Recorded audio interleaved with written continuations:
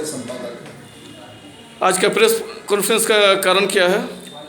आज बिहार की सरकार कर्मचारियों के हितों की उपेक्षा कर रही है। वो यह एक तरफ अपने निश्चय यात्रा में घूम रही है, पैसे का दुरुपयोग कर रही है, दूसरी तरफ कर्मचारियों को वेतन के लाले पड़े हुए हैं। आज 10-10 महीना 9-9 महीनों से आवंटन नहीं है नियमित कर्मचारी का, और जो हमारे ठेका, संविदा, मानदेय, प्रोत्साहन राशि वाले हैं उनको समय पर वो राशि नहीं मिलती है।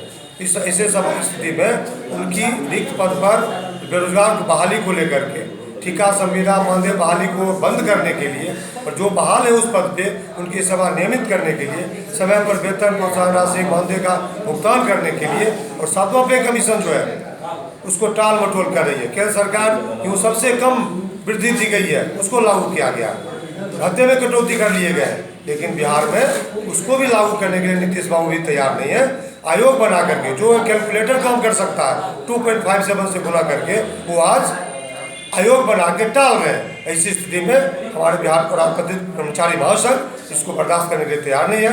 आज 20वां सम्मेलन सहरसा की धरती पे संपन्न हुआ, नई कमेटी का गठन हुआ, वहाँ प्रस्ताव पारित किए गए और ऐलान किया गया 16 फरवरी 2017 को पूरे बिहार के कर्मचारियों का विशाल जुलूस, विशाल प्रदर्शन मुख्यमंत्री के समक्ष पटना में किया जाएगा।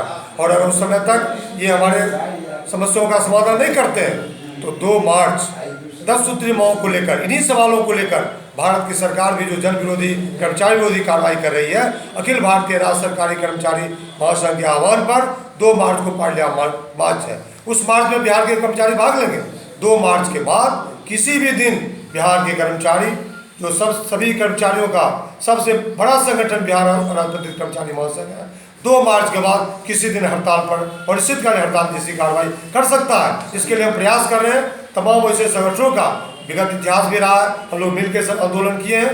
अन्य संगठनों से वार्ता करके संयुक्त संघर्ष का हम प्रयास करेंगे। एक बहुत बड़ी लड़ाई होगी जो 2 मार्च के बाद किसी दिन अनिश्चितकालीन हड़ताल की कार्रवाई हो सकती है।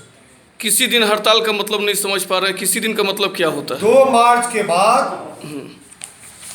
जो अन्य संगठनों से बातचीत कर फैसला होगा तुरंत कार्रवाई की जाएगी।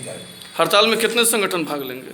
हड़ताल में बिहार के जितने पुलिस को छोड़ करके, सिविल कोर्ट के छोड़ करके जितना भी नियमित कर्मचारी है, जिस विभाग के भी, सभी विभाग के कर्मचारी इसमें भाग लेंगे। आपका जो प्रदर्शन होने जा रहा है फरवरी में, उसमें कितने कर्मचारी आएंगे?